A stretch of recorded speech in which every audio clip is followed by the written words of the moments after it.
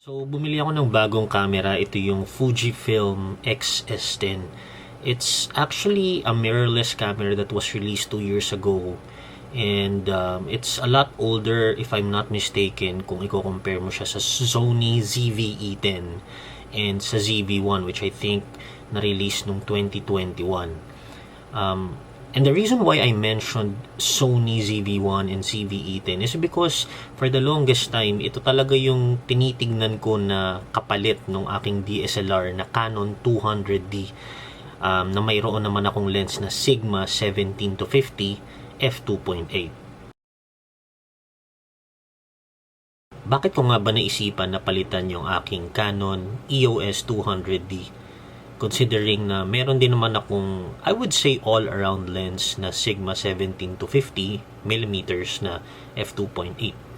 Well, the main reason actually is because I found it very bulky, very heavy for me to bring outside. Like, you know, when traveling, masyado siyang mabigat, no?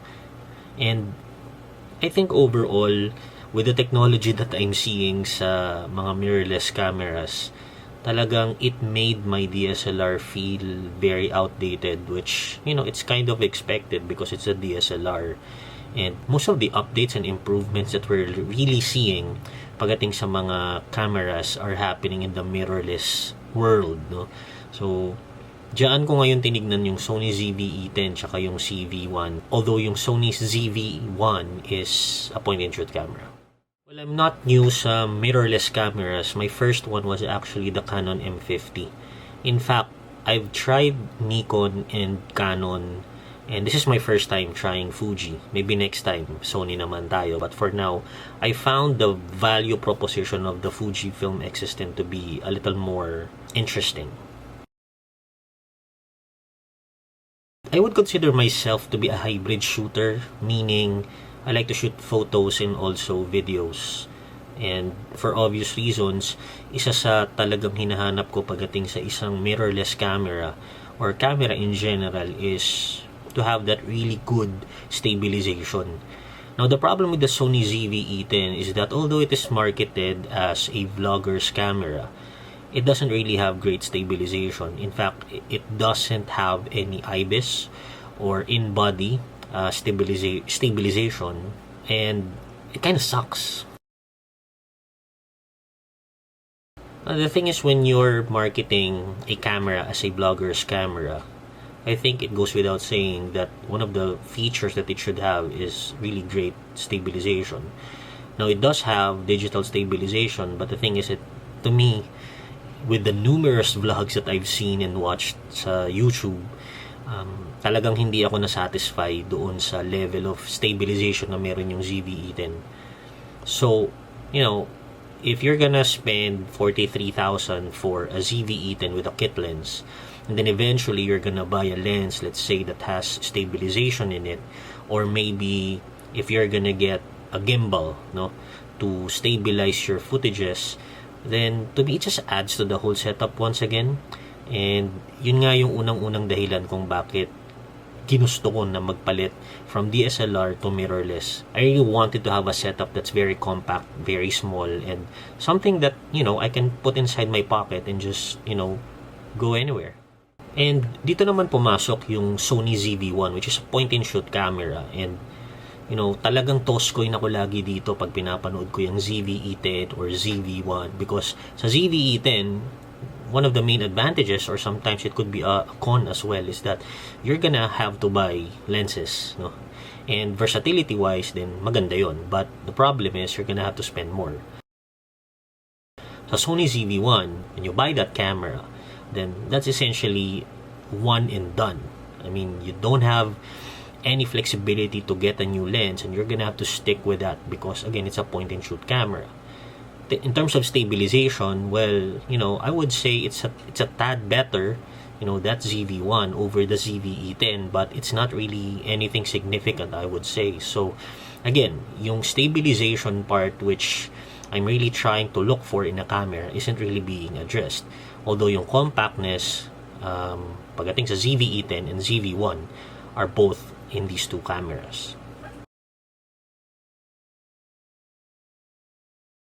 So I did more research and checked other brands because, pagdating sa mga camera, talagang Nikon, Canon, and Sony siguro yung talagang nasa radar ko. But when I came across a video sa YouTube and saw this Fujifilm X-S10 being ranked as number 1 in terms of the cameras for 2022, nagulat ako kasi I haven't really heard of this camera. So I again watched a lot of videos and talagang nakuha niya yung interest ko because number 1, it has in-body stabilization or yung tinatawag natin na IBIS.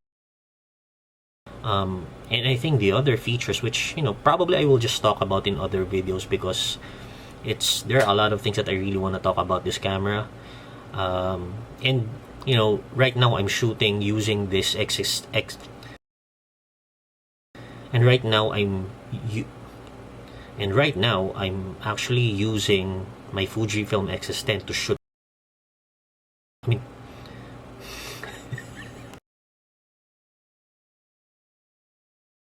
So in terms of pricing, itong Fujifilm X-S10 would cost you 61,990 or 62,000 if you get the body with a kit lens na 15 to 45. It also has another set which is yung 18 to 55 na kit lens, pero yung aperture nun is f2.8 on its widest, which is yung 18mm. So I think it's a good versatile set. It's just that it's going to cost you around, I think mga nasa 72 or even more, depende kung saan mo siya bibili, no? Maganda na rin yung mga third-party lenses that you can find for the Fujifilm. One notable lens manufacturer that I've seen in my research is itong Viltrox. Napakarami nilang prime lenses na f1.4 yung aperture. So talagang kung gusto mo yung mga low light photography or even videos, napakarami mong options dyan. Fujifilm native lenses, they're really expensive, but you have other options na autofocus din from other brands like Sigma and just like what I mentioned, yung Viltrox. One gripe lang na meron talaga ako when I bought this camera is that it didn't come with a charger.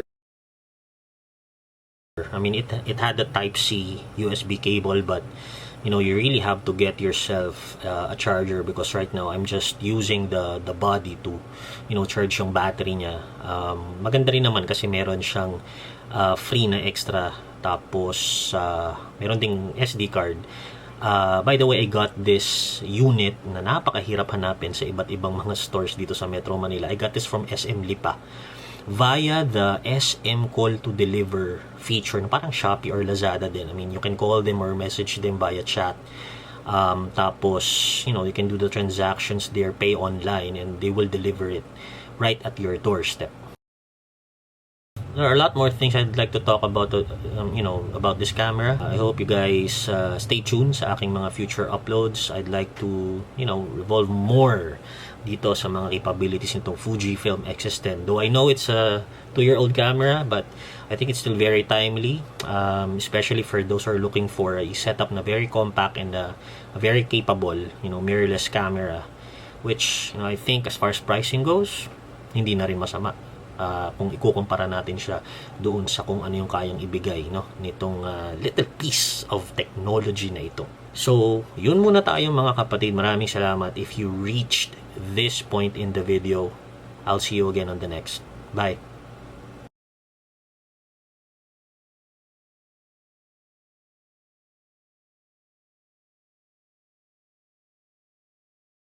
That's kind of more than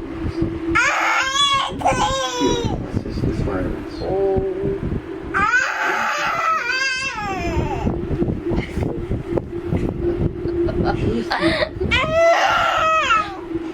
She needs to get off the street before somebody else dies.